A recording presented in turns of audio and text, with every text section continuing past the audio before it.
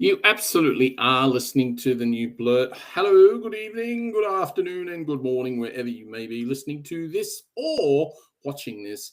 It's about 8:15 on a Tuesday evening, 1st of July, 2025. Yeah, we're already in the second part of the year, believe it or not. Hi, I am Keely, aka the Kegsta. I'm coming to you from the traditional lands of the Wurundjeri people.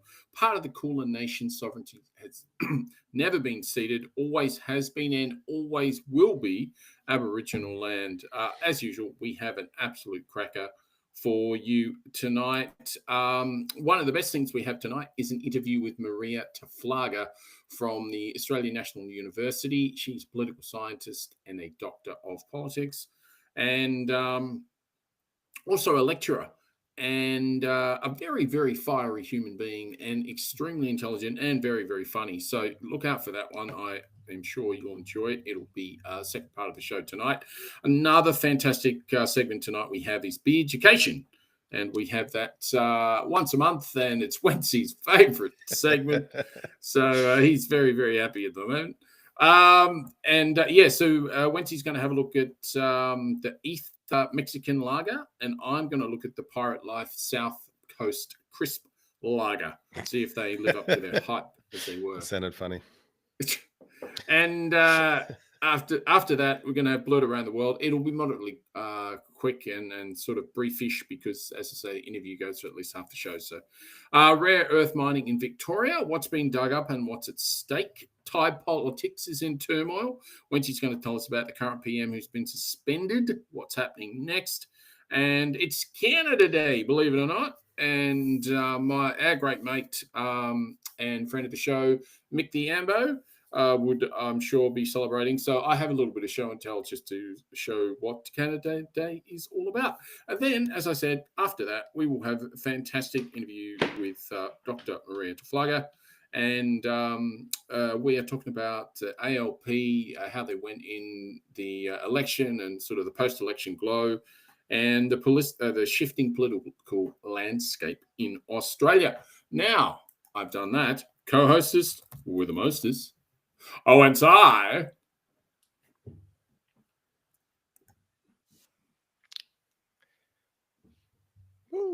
Not sure if there's any sound coming on your side, but I can't hear it. But I assume there was some. No one can hear. No one can hear. Okay. So the clapping was just in my head. Okay, awesome. Not going crazy. Before I do start, I do want to acknowledge the traditional custodians of the land on which we are recording today, or I am at least, on the lands of the Turrbal and Yuggera peoples. I pay my respect to their elders past and present and extend that respect to all First Nations people attending or listening. Apologies. And sovereignty was never ceded, so can't forget that either. Absolutely not. And fantastic to see you, Wencee. Now, it was quite funny because we were having just smooth sailing, just doing stuff before the show, just getting stuff sorted, etc., etc. And just as soon as we just try to go live, the shit just totally hits the fan. Everything explodes. Just technical fuck-ups everywhere. Talk about shit splattering everywhere. I was like, yep, okay, this is not a great start. No, it's not a great start. Talking about not a great start to a friend of mine's morning. Apparently, well, it's sort of a good start because every morning he has to take a crap at about 7 a.m. Oh, on the dot? Yeah. Quite religious. He is indeed. But the problem is he doesn't get up till 8. Oh, no. That is terrible. Who are you talking about? No, I thought I'd just weave that in. So there you go. Look, how have you been, my friend? You're all jumping up there. What's going on? Oh, it's not that cold, but neither is it warm. But just had to change into something a little bit warmer so that I wouldn't be freezing and didn't want people noticing. Yeah, well, we don't want to see those magical nipple headlights on screen. No, fun for anyone. You don't want those. I'll hide those.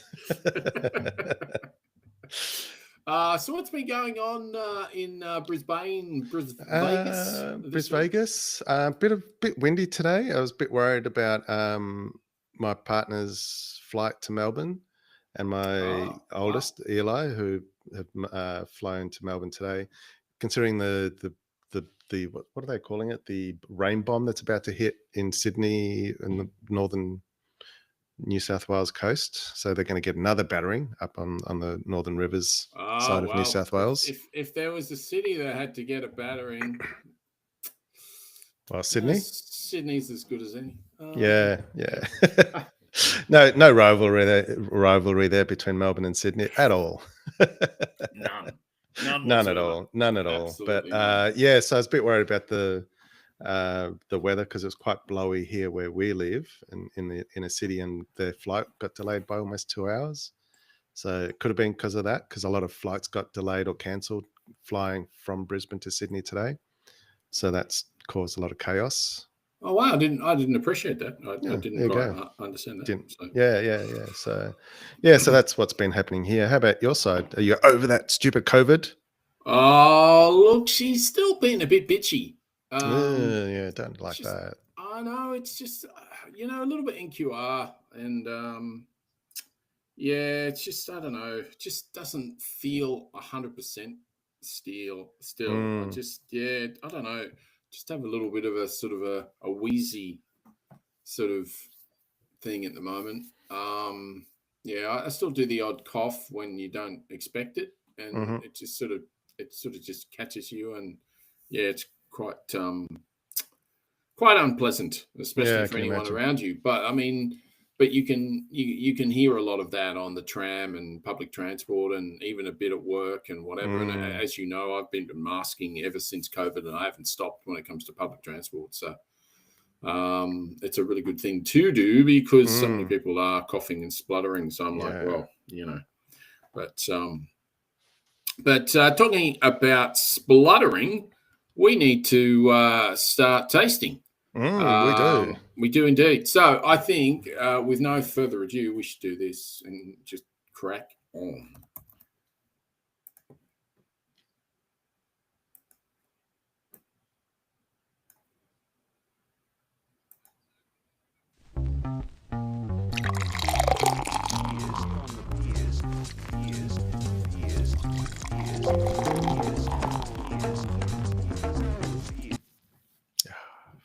Great sting from a good premiere.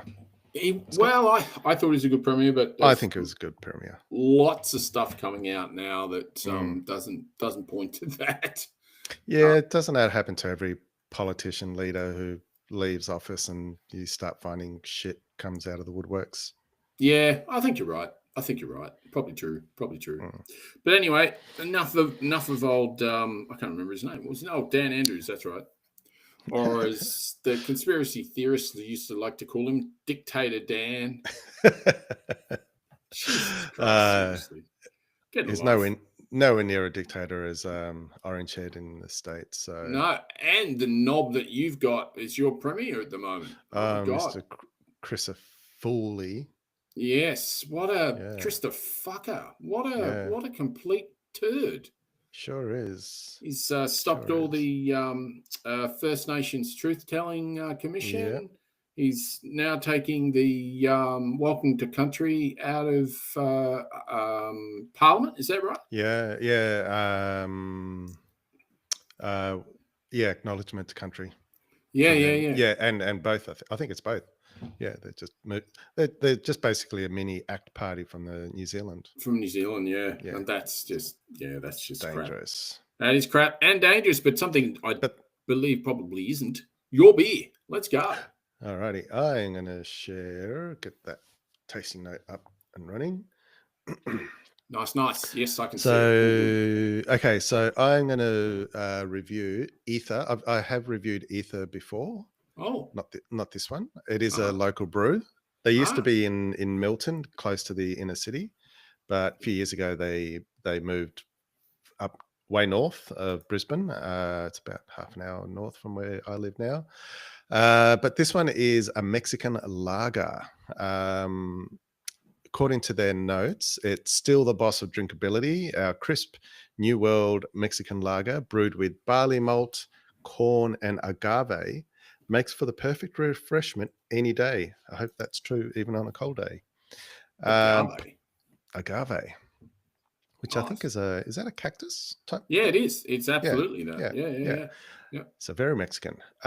Pouring a clear straw yellow with delicate fruity aromas, a touch of earthiness, and a twist of lime, thanks to the addition of Taiheki hops. Never heard of that one. No, me neither. It's got a 4.2% ABV, alcohol by volume, 25% IBU, so not very abbity or bitter. I'd be me. Malts, they use pale malt and corn, which is I've never heard of corn being used as a malt. Taste. No, but they do use corn in certain liquors or something. I'm won't sure surprise they do. me. Yeah. I'm trying to think what it is, but anyway, come on. Homework. You don't have to think about it for next week. It's all natural, vegan, low sugar, preservative, and additive free. So that'd be interesting. They've taken away all the goodness. Interesting indeed. No preservatives, no additives. What? That can't be right. And as long as there's some flavor. Yes, exactly. So that is that. That's the description. Now, where's my camera? I can't see myself. There we go. Okay. There is the can. You can see it says Mexican lager. It's a 1.2 standard drinks in the can. Oh yeah, okay. So what's the ABV on that? Did you say 4.2? So it's 375. So the size of a regular drink. Quite small. So yeah. So nice artwork. Yeah, pretty good design there. I did have the name of the artist here. Oh wow. Sorry, I've got to bring it back because I moved away from that page, didn't I?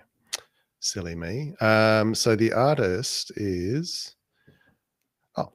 just Factor, F-A-C-T-E-R. So we'll have to Google that one and find out who that person is. Yeah. That is the one. Your homework. Yeah, it will be. 2 homeworks. Woo! Gotta love that. Alrighty, let's get this cracking, because we don't have much longer before we've got to play our guest. No, we've got approximately 14 minutes. So all right, let's crack on. Let's zip through. All right, got it in camera. Yep. All right, here we go. Get it going. Definitely is that straw color. Oh, geez, that's very clear. Don't know if you can see that in the... This is a Mexican lager. Yeah, well, it probably would be. That makes sense. Yeah, lagers are pretty light in color. Yeah, absolutely. Alrighty. All right, let's crack appearance. On. All right, very see-through. I can even see the screen and can see you. Looks like a lager. Yep, lager. Okay, I will give that one. I'll give it an 8. Okie dokie. Smell. I can smell it even from half a meter away almost. Wow. Oh wow, that is very I was going to say pungent. No, very aromatic. To me, it smells very citrusy or fruity. Wow. Okay. I can't spot what it is, but I like it. I'll give it an 8. Nice. I'll give it an 8. Okay.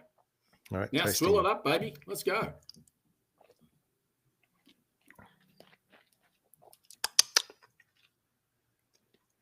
Can I taste the corn? No. Can I taste agave? I don't know what that tastes like. It's definitely not bitter.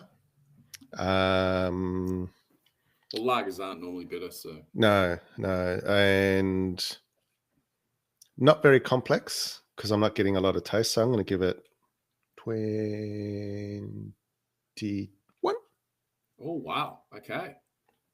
Aftertaste. It's not unpleasant. It's a drink. It's a beer. Okay. Give it 15. Yeah, okay. Drinkability. They're definitely right. It is definitely drinkable, and I'd go back for more, especially if it's a nice warm day and you're out on the deck somewhere or somewhere sunny. So for drinkability, I'd give it a 25. 77. 77. That's not too bad. That's not too bad. Yeah. That's not too bad. Yeah, that's not too bad at all. Yeah. I better crack on and open this baby. We need to get on with Blurt around the world. Yes. Okay, so I'll be quick with this one. So this is the Pirate Life South Coast Crisp Lager, and I have it here, and I pour it there. A little bit higher so we can see it, please, sir. Beautiful. So 2 lagers. Yeah, 2 lagers. Now, there's a little bit of a story behind this one. Mm. So I was in Dan Murphy's, and as I was getting some stuff, this particular beer that I didn't know what it was wrapped up in a brown paper bag type thing. And you take it out of the drum, and half of it goes to donation to a charity. So I think it cost me $4 or something, $4 or $5, because I'd already bought something. It only cost me $4 or $5, right? And so I didn't know what it was at all. And then I opened it and I went, "Oh, well, that sounds interesting. I haven't had that before, so that'd be good for education." Plus, it was a donation as well. So I was like, "Excellent, win-win." You get a beer, absolutely. a mystery beer, and money goes to charity. Exactly right. That's exactly how I saw it. Since establishing, it's only 4%. Since establishing Pirate Life, we connected with countless characters over a coldie. And New South Coast Crisp Lager celebrates just that, ode to Australia's beloved style. As you were saying before, refreshing and uncomplicated, which I'd imagine many people that drink this probably are. In other words, a beer that all you mates can get around. A simple blend of pale malt, Mottlewaker hops, that's interesting because that's New Zealand, results in a clean, dry beer with hints of citrus, beauty. Okay, so this is South Coast. I thought this would be Australian. It's not New Zealand, is it?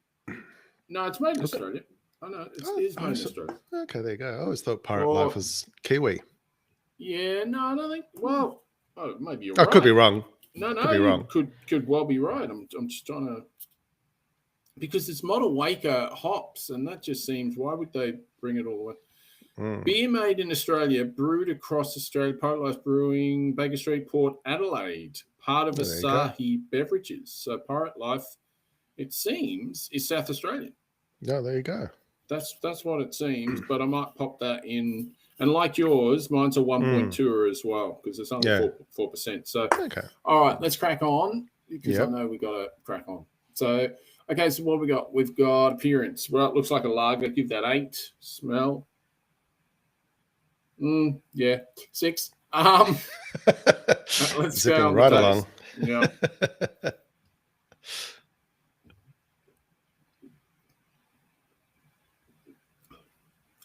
Yeah, I wouldn't be going out of my way for that.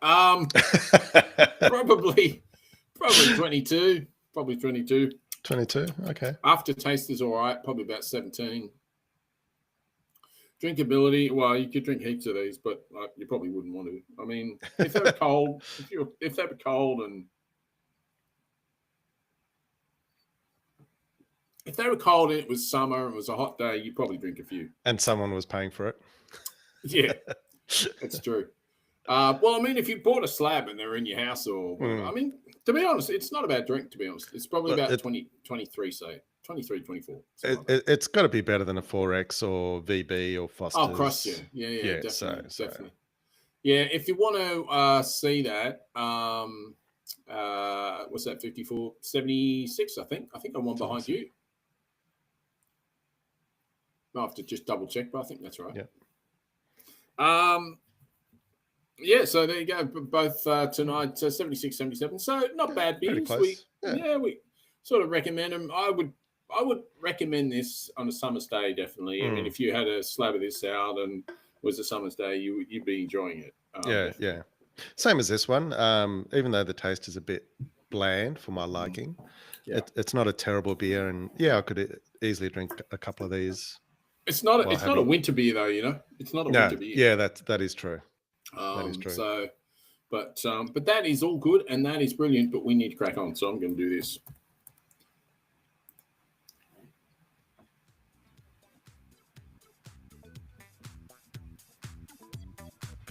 Blurt around the world, around the world, around the world, around the world.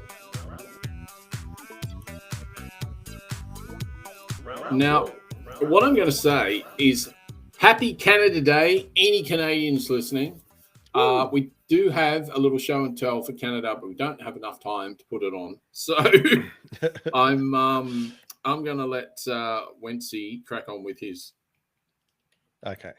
So I'm going to quickly talk about what's happening in Thailand politics, because today the Prime Minister, and I'm sure I'm going to butcher this name because I always find Thai names hard to pronounce, Prime Minister Paetongtarn Shinawatra. She is... Thank you.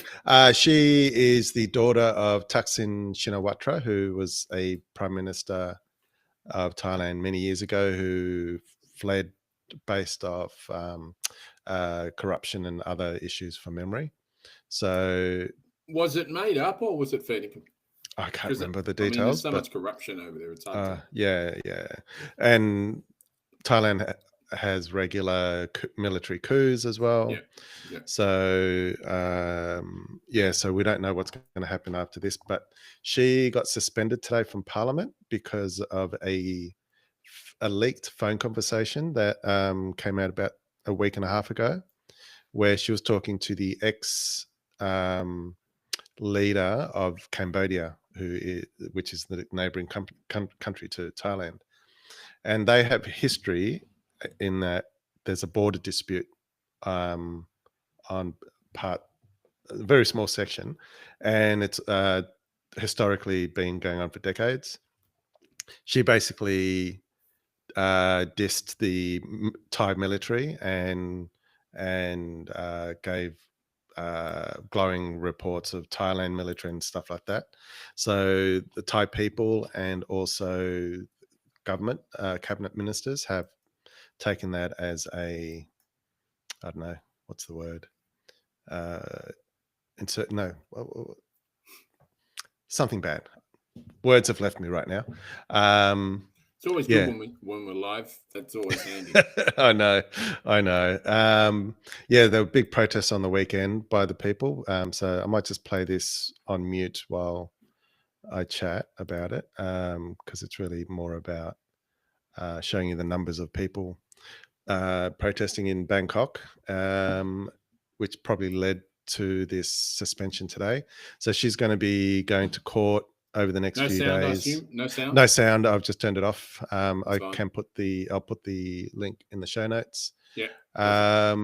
So because of that conversation she had, she's lost confidence in her party, and it's a coalition. So that coalition seems to have dissolved. She's only been there for 10 months, so we don't know what's going to happen over the coming days. But you can see there, this is Bangkok. This is Victory Monument, and it's quite a big roundabout. So normally cars would be traveling around where those people are right now, for those watching on the video. But if you're listening to it, have a look at the video URL and you'll see it. But yeah, so I'll keep an eye on it over the next few weeks and we'll see what happens. Well, there's a few people there. You've probably been there, I assume. I have walked around there. I've generally take the train. There's a above ground train that goes around.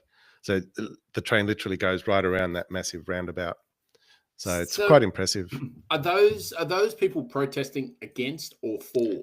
Against the Prime Minister, because she basically dissed the Thailand military and government at the same time. So yeah, that's not a good move in Thailand. Definitely not. So so like I said, I will keep an eye on it over the coming days or weeks, see what happens, and if it gets worse or whatever happens, I'll just bring you. Look, I'm just going to do a quick share here, just a quick one. I'm just going to show. This is where where they're looking at putting the rare earths mine in Victoria. Oh yeah. So you can see that it's pretty whereabouts brown in Victoria? land there in Minyip. Never heard of it. Yes, well, I've sort of heard about it, but I'm not totally across it. But because I know that we've got Maria coming up very soon, I will just be quick through this. So, in short, Western Victoria will soon host the 4th largest rare earth mine in the world outside of China. Wow. After the Victorian government gave Astron Corporation's Donald project final approval on Wednesday. The company holds a mining license over 2,700 hectares of farmland and exploration retention licenses over more than 40,000 hectares. Now, we don't have enough time to go into depth on this story, so the link will be in the show notes. And it is worth reading because, as you can imagine, there's quite a few people that will be displaced from this, and there's quite a lot of people that are not happy about it, and they've been fighting it for a few years. But what's next is the mining's expected to start in 2027 and will continue in 2068 until 2068, with mineral and rare earth concentrates to be exported to the US for processing.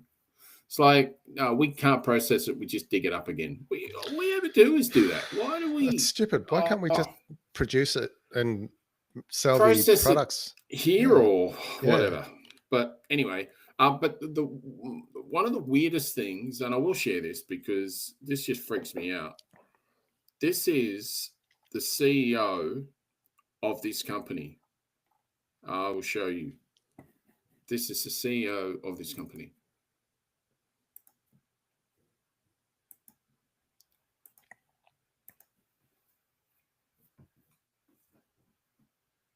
Oh, okay. Young. No, he's not a schoolboy. He's Astron Corporation Managing Director, Tiger Brown. Tiger Brown. He looks about 5. He does.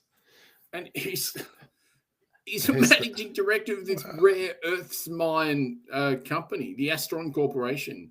It's phenomenal. I tried to get a little bit more background on the guy because, it's just unbelievable, just crazy stuff. Especially when you see all the other people that are on the board. Yeah, they're all old, white, and grey beards. 100% correct. And like 107, and he's like 12. It's just nuts. It's just nuts. Anyway, but crazy.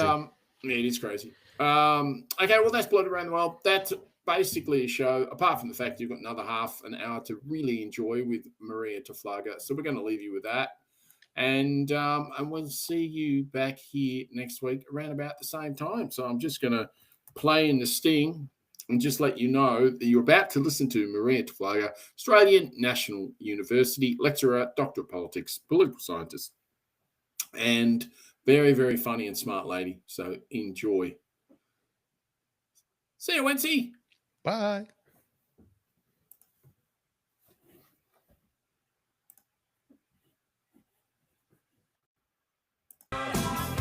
As the sting says, what on politics? Let's get ready to rumble!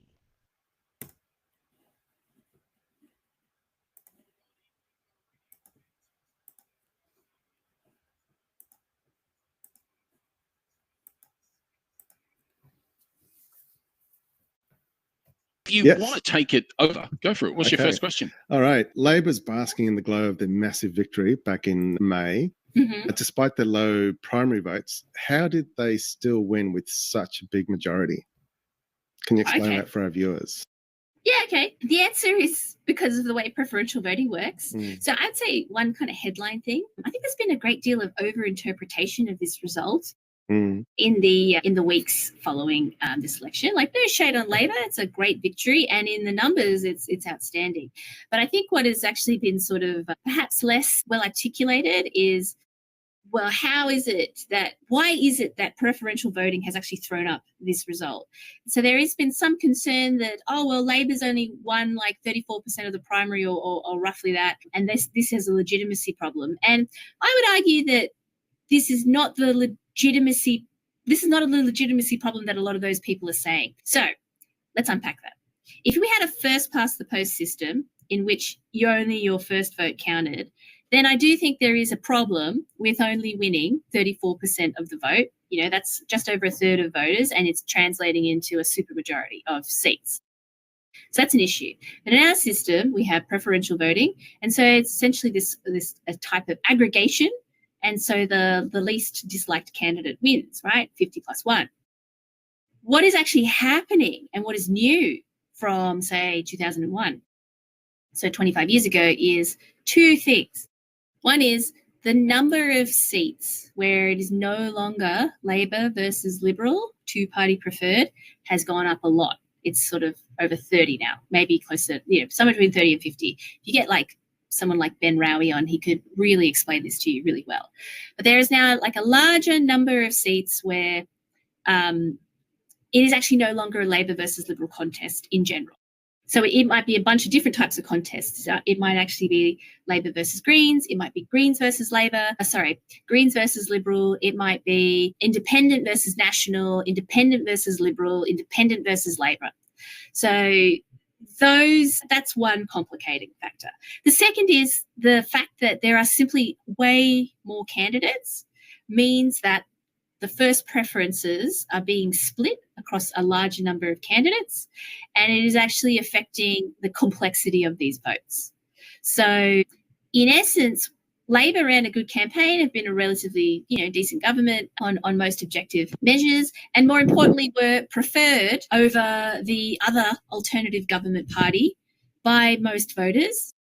And Labor has also gotten really lucky, right, that they were 1,000 votes in the count, or 2,000 votes, or 500 votes, or 3,000 votes are the preference flow through, sometimes 8 candidates, 12 candidates, 14 candidates have broken their way at the right point in the cycle, eliminating the right candidate to mean that they end up collecting and harvesting those preferences. Does that make sense? Yeah. So it's a combination of good management and a little bit of luck. Yeah. I was going to say, yeah. I mean, 4 seats, you've got to have a little bit of luck, I suppose. Yeah. Well, I mean, when your primary vote is that low, it does mean that there's actually a large number of seats in which the break and how exactly those preferences flow might actually really quite matter. And that is why the count in a place like Cornwall has taken so long. I'm not sure. They might even still be counting that one. I don't know. But that's because, in part, the Electoral Commission on the night couldn't actually predict who was going to be in second place. Yes, Cornwall right. is Victorian electorate with, I think, Craigie Burns and Albans, Yes. et cetera, et cetera. Exactly. And they've got like some independents that I think have Yes, there were taken it. several independents running. Yeah. So if you definitely have no idea, like you might not even know who's going to come first, but if you don't know who's going to come second, you can't actually distribute the vote. Yeah, I Right? understand. Yeah. Yeah. So and when you've got 13 kind of candidates, it's becoming actually really rather complex. And at the end of the day, it's quite clear that on average, most people wanted a Labor government, or they didn't want a coalition government. It might be a better way of thinking about it. Yeah. Right? So the negative agree way with is that. I wouldn't want a coalition government. Thinking about the types of ways the coalition is going to, deal with problems of the day, based on what they've said and my general vibe about them, versus how I might expect Labor to deal with problems and the general vibe that they've given in the campaign. I prefer this over that. But they have also, it's quite possible that if you change the tallies on some of those candidates in, maybe I don't know how many, but there might be someone out there who would run a simulation, but you might find that there's 2 seats that might have gone to another candidate, had the order of 5 and 6 been 7 because of the way they're, had the order of if candidate 6 and candidate 7 had been the other way around because of the way their preferences. The person who won that seat, it might have been reversed. Well, possibly. I mean, exactly. But that's what I mean by that's the dimension of luck, right? But I'm not saying that's why Labor won. That's an absurd statement. They won because they have had a landslide majority. But at the margins, there would be a few seats that it's possible that it could have gone another way, and that's where the dimension of luck is. Would it have made a difference? No, they had a thumping majority, one of the largest ever. So it's kind of immaterial, but it's not illegitimate in the way some are claiming because only a third of people voted for Labor. It's a different type of problem, different type of legitimacy issue. Like we do, like I think the bigger issue actually is the really high level of informal voting, because people are making mistakes. So the problem with preferential voting is that it's actually complicated, and if you have low literacy, then knowing that you have to number every single box you might not be clear. And if it's your first election because you're an immigrant or whatever, exactly, or I think like for example in Tasmania, like they actually do have really high levels of adult illiteracy, and it's poverty related. It's not about migration. Yeah, no, it's biggest in Australia. Exactly. So the informal vote, I don't remember the figure, but I was actually rather shocked by it. Like it was in the teens, like, Wow, Yeah. Wow. So there is like a real issue actually around informality, and it is. I would like to see the Electoral Matters Committee like revisit some of the savings provisions in the House. So in the Senate, for example, like it's a bit more forgiving, and in some states they have like we can see the intent is clear that this person, they didn't fill in every box, but like it's pretty clear that it's a vote for Labor, and then it's a vote for the Greens, or it's a vote for the Liberal Party, or often whatever. if they miss the last number, they'll clearly say, okay, they only missed the last number, so we'll count that one as number 7 or 8 or whatever number it is. Exactly. Yeah. So, I mean, I don't study like voting and elections and electoral regulations. So I actually do not know exactly what the savings provisions are, but I know that they are. There's not that much saving, and given you got like such a high informal rate in a compulsory voting system, we might want to reconsider that, because that's a lot of people disenfranchised, people who think their vote has counted as well, have done the civic duty. So that I think is a bigger issue. That's really interesting. I haven't heard that anywhere. No, that's particularly interesting. Actually, just talking about that, this is not actually on our list, but I was just in my head. I think Tasmania is going to an election very soon. Could you maybe explain why? Because didn't they have one like not that long ago? Yeah, they've had a few in short time, haven't they? That's a great question. I have no idea. I have not followed that. I think it's just, isn't it because Tasmania has the Hare-Clark system, which means that they are very unlikely to produce a majority. And so their governments are typically always minorities, and I think have been for decades.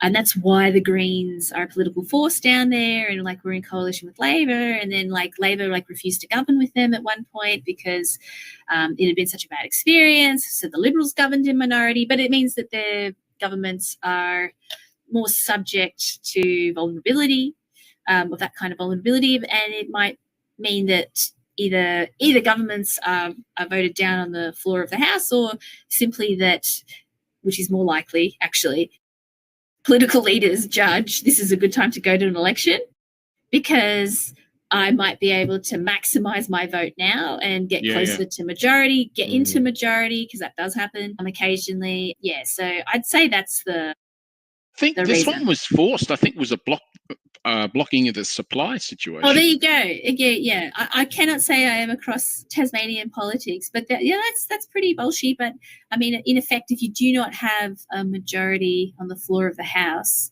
and you can't secure supply, then you don't have legitimacy. Like that's actually, that's Westminster.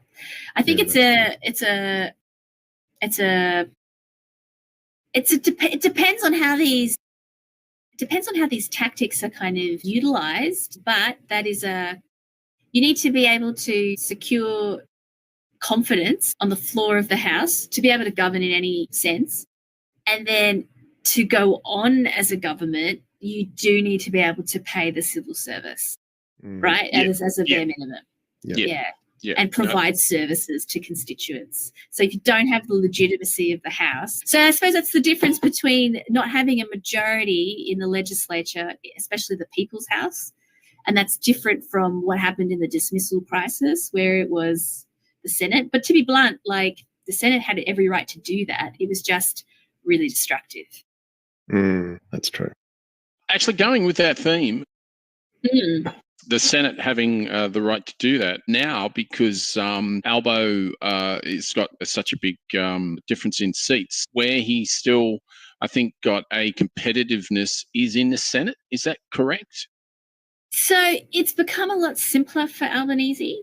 He can now pass legislation with the support of the Greens alone. So what it has actually done is diluted kind of reduced the kingmaker status of the Jackie Lambies and the David Pococks of the world. So that Labor can get a majority with the coalition, or it depends on your view, to be honest. Yeah. He can get a majority with the coalition or with the Greens. And Larissa Waters is a very different type of Green. And so it might be the case that the ALP works more with the Greens. But Albanese really dislikes the Greens. Like he's 100% clear about that. Yeah. He calls them the Greens political party deliberately, because he wants people to think of them as just another dirty party and not a movement. And he does on purpose sometimes seek out deals with the coalition just to block the Greens and not to be seen to be cooperating with them, because he dislikes them with an intense passion, because they are actually his number one rival in his seat and have been for several decades. That's what I was going to ask. Where does the history come from? That's exactly what I was going to ask. Because I would have thought he'd have a clear majority in his seat, that he wouldn't be scared of the Greens. Well, yeah, he does have a fairly healthy majority, but his main opponent is the Greens candidate. Yeah. And to be blunt, when he goes and when Tanya Plibersek goes, that will be a genuine contest, because the demographics and values of those seats do overlap a great deal with the Greens, and those on the Labor left have a very tense relationship with the Greens, because the Labor Party is a party of government and subject to a higher bar of discipline. Effectively they have to keep their promises, and the Greens aren't, because they're not a party of government, and they're never going to be in the in the next 10 years. Well, actually, they're not going to be right now. At the moment, they are not a party of government, and they're unlikely to be a party of government in the next term. And so they can promise the world. They can criticise as much as they want, and they can sort of they're not subject to the same straitjacket of reality that a party like Labor or a party like the coalition should adhere to. And we sort of saw where the coalition got into trouble, actually, in the last election with the nuclear policy, because most voters didn't deem it to be fiscally prudent. Yeah, that would be their own voters too. Plenty of them, yeah. Yeah, true. And with speaking of that topic with the LNP and nuclear, LNP, even though they lost that many seats and got thumped, why are they still promoting this nuclear policy that so many people, like you just said, rejected? So I know that Susan Ley announced yesterday like a working group on climate reduction, and I assume the debate around nuclear will fold into that. I would sort of say there's also a divide between the Liberals, who are not from Queensland, and the Liberals in Queensland, and the Nationals in Queensland. And so the nuclear policy, in part, is linked to the climate wars and the politics of climate. There'd be some people who are genuine advocates in the technology and, think that Australia can't really get to net zero without nuclear, and those advocates have existed. But then there are others who see the nuclear policy as simply a way of cloaking the denialism with delay instead, right? So there's complexity there. And then there's this sort of new dimension, which is the rollout of renewables does require a change in the infrastructure. Right, and so there are places around Australia where there is a lot of contestability around having to build the poles and wires required to do that. There's a complex set of kind of issues playing, and different parts of the LNP might be interested in nuclear for slightly different reasons. But if I had to give a quick and dirty summary that was mean but accurate, it's about the climate wars. That's the bumper sticker. Yep, fair enough.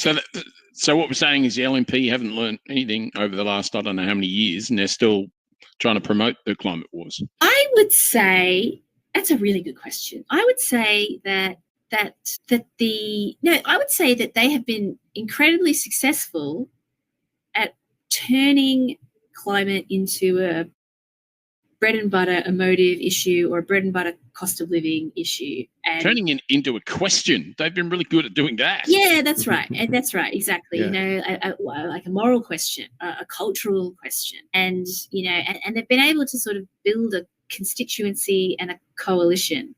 And they actually have been successfully doing that for about 25 years. But in over 25 years, young people come onto the roll and older people die. Yeah. And so the demographics shift and the salience shifts and the global sort of structures shift. But the Liberal Party, like most political parties, are actually far more extreme than the median voter. And the Liberal Party has avoided having a full-on debate, full-on Barney, that's exactly the right word, about climate change since 2009. They got close to one in 2018 and it blew up Malcolm Turnbull's prime ministership. And then they had like a very furtive secret one where they bought the Nationals off with $20 billion under Scott Morrison in 2021. But they actually haven't had a debate about it. And I actually thought what Paul Erickson, the Labor Party national director said in his press club speech, I thought really actually encapsulated the problem that is, I think, hard to articulate for people who are not obsessively like watching the politics of that. And he described it as the Conservatives' Medicare issue, right? And so what that means is, okay, so think about it like this. Actually, I'll explain it simply, and then I'll explain why I think it's interesting. The coalition went into opposition in 1983. Medicare was pretty much legislated the next year. The coalition went to 4 elections in a row saying they were going to get rid of Medicare in some way or another. And then they finally said, we're not going to touch Medicare, and they were elected in 1996. That is grossly simplistic, but there's some truth into it, right? And when you're a Conservative Party, I guess this is the high-level version of it. When you're the Conservative Party, and the Liberal Party is increasingly a Conservative Party, you're the party of the status quo. You're the party of how things are now. And so, of course, there is some tension in new innovations you adopt and ones that you resist. And I think what is, I suppose, really interesting about climate change as a debate is that it's actually it's bigger than an environmental question. It is actually directly linked to how the economy functions and the role of the state and the duties that the state has to citizens. So not only is it transforming like the types of like energy markets, which are obviously an important input and throughput in an economy, but it is also changing the equation around what is justice, what is civil rights, what is equity.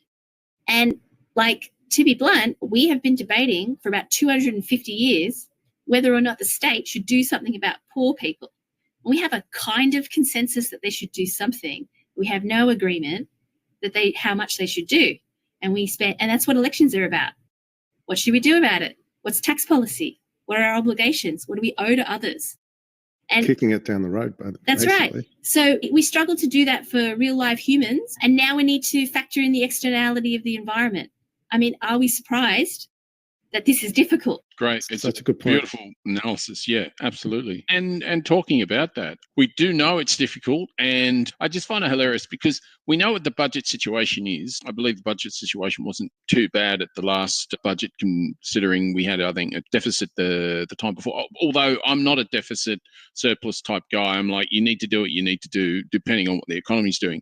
But my question is that sooner or later, we're going to have to stop giving discounts of however we're giving them, whether it's tax cuts or whatever, to get the revenue base up.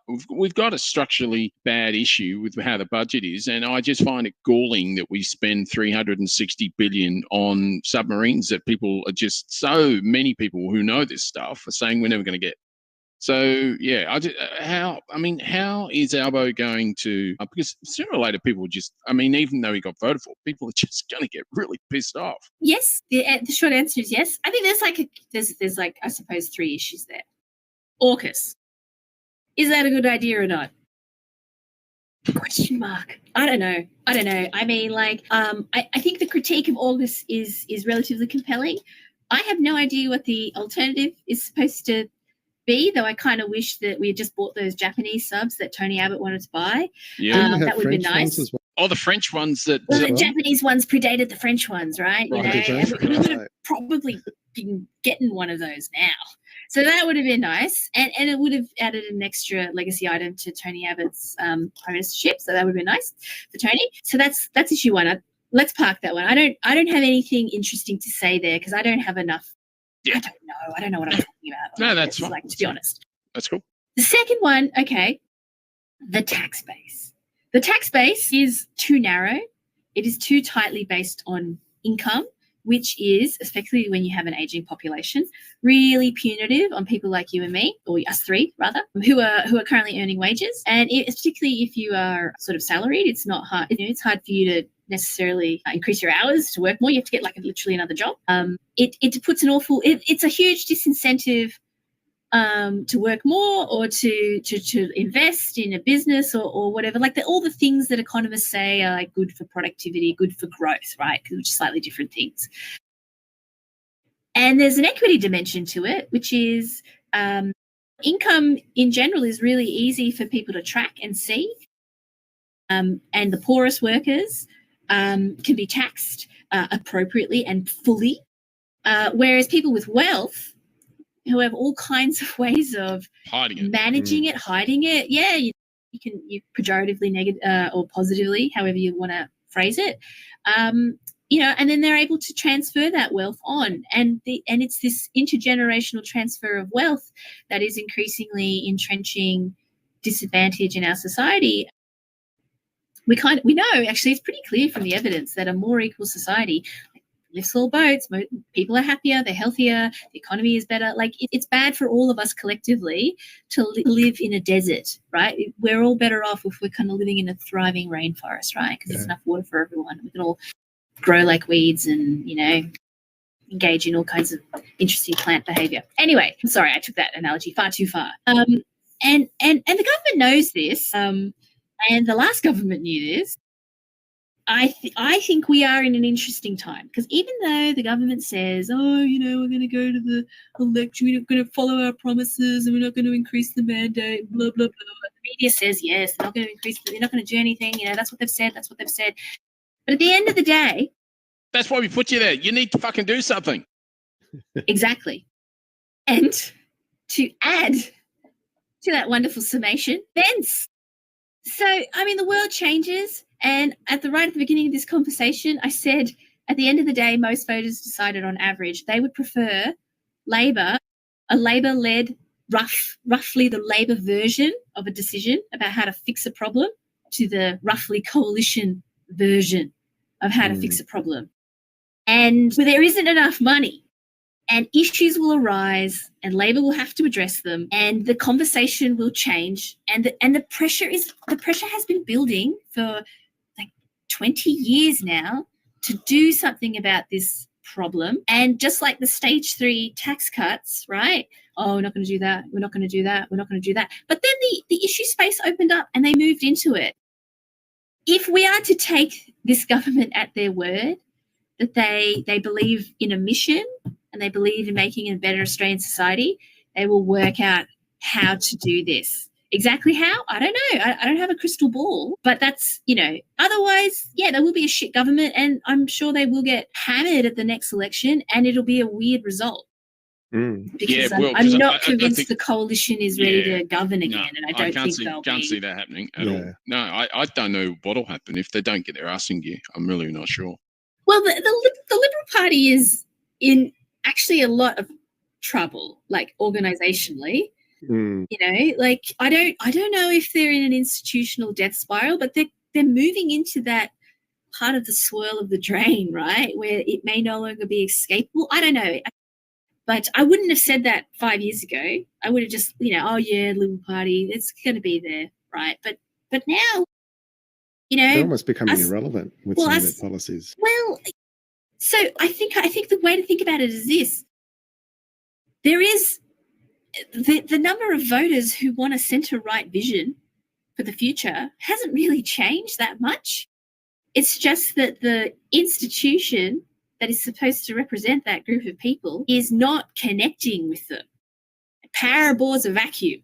So either the Liberal Party works out how to reconnect with those people and harvest those votes up again and, go back to doing what they do best, which is govern, right? They're good at winning elections. They're good at sitting in government. That's what they do at the federal level. Or someone else will come along and take those voters for them.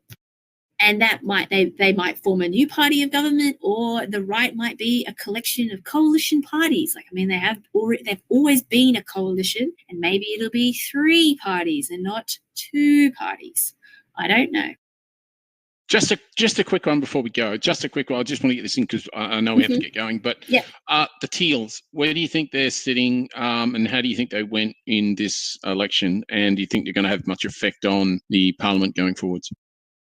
That's a great question. Yeah, so interestingly, my colleague, Pat Leslie, did an analysis and, I think he sort of showed that Zoe Daniel and Monique Ryan were in their policy positions a little bit more closer to the Greens than Labor.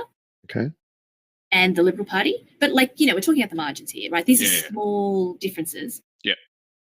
And then the others were effectively, they are exactly what it says on the can, green, blue people, right? Green liberals. And so that and they're the ones that have effectively held their seats, and there's been, and fairly convincingly, actually. And so, they have made a whole shtick about being independents and that they're not going to form a political party, and that's quite important to their legitimacy and credibility, and that might prove to be what happens long term. Perhaps the Liberal Party gets its act together, and when those people retire, they're ready to position to bring those people back into the fold. Or, events. It may be the case that the nation cries out for them to form a political force that is more coherent, or a looser network that is slightly more strategically aligned than they currently are, and that it devolves into something. I don't know. It's hard to sort of say, but at some point, that constituency of very wealthy, with high social capital people will get tired of being governed by Labor and will want to do something about it. And then we will see something happen, either in the Liberal Party, if they're able to institutionally respond, or amongst that new group, that new constituency that might choose to formalise themselves into a slightly more crystallised institution. It's going to be exciting. Either way. Like the old Democrats. Bring them back. I know they're still in the picture, but they're still trying to rebuild their brand. Yeah. They've still got. They've had some senators or people up for the Senate. I think they may have won one, but yeah. Yeah, that constituency is there, right? So and it'll be interesting. That's an opportunity for Labor as well, in the sense that it's easier for it to occupy the middle ground. And it'll be interesting to kind of see how they do that. I mean, the difficulty for Labor is that when you're a progressive party and you're in government, it's hard to be as progressive as you'd like, or as your constituents or your voters or your party members would like. And you end up making compromises and trade-offs, because that's literally the business of government. And they're often a little bit bitterer for the Labor Party. The Liberal Party hates buying off the Nats, but in some ways they've kind of gotten over it because it's in the countryside anyway, whatever. Yeah. But that's why divestiture of insurance companies was really actually quite terrifying. Yeah. Because that is moving into the larger Liberal quadrant, the money bit, what are you doing? So, True. So, when you look at a comparative politics textbook and you read about party systems, there'll be a line in there that says, our party system has kind of the party system that we have now, particularly if it's a little bit of an older one, will say formed in the 90s, right? But now it's breaking up because it's a century old. The way exactly economic interests and the post-material interests and cleavages align are no longer mapped very well, actually, all around the world onto that 1920s party system divide. And so that's what we're kind of seeing. That's what this de-alignment is. And it may remain, actually, because of the voting system, rather chaotic as we see it compared to the norm that we're used to. or it might solidify into another stable equilibria. You know, both are kind of possible because our electoral system kind of allows for it.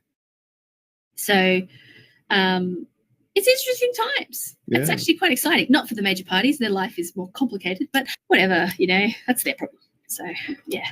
Oh, look, that's 100% fair enough there, Marija. Look, thank you very much for your time. As always, it's always enlightening, and we're always delighted when you come on the show. So we'll look forward to your next visit, and also we look forward to Democracy Sausage as well. And you've been fanning on there very well at the moment, and you've been going hardcore on a few of your guests lately. It's been very good to hear. Very enjoyable indeed.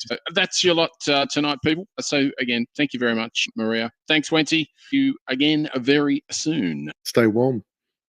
The New Blurt is brought to you by Wencee and Kegsta, usually on a Tuesday evening. You can catch us on all the socials, as they say, the Blurt YouTube channel. We have a Twitter Blurt handle, and there is a Blurt Star Facebook page as well. So if you're interested in getting in touch, it's blurtstar@gmail.com. and we will get back to you as soon as we can if you've got any questions. Until next week, there'll be another feed coming at you. Has been a Get Off the Grass production, brought to you by Wencee and Kegsta.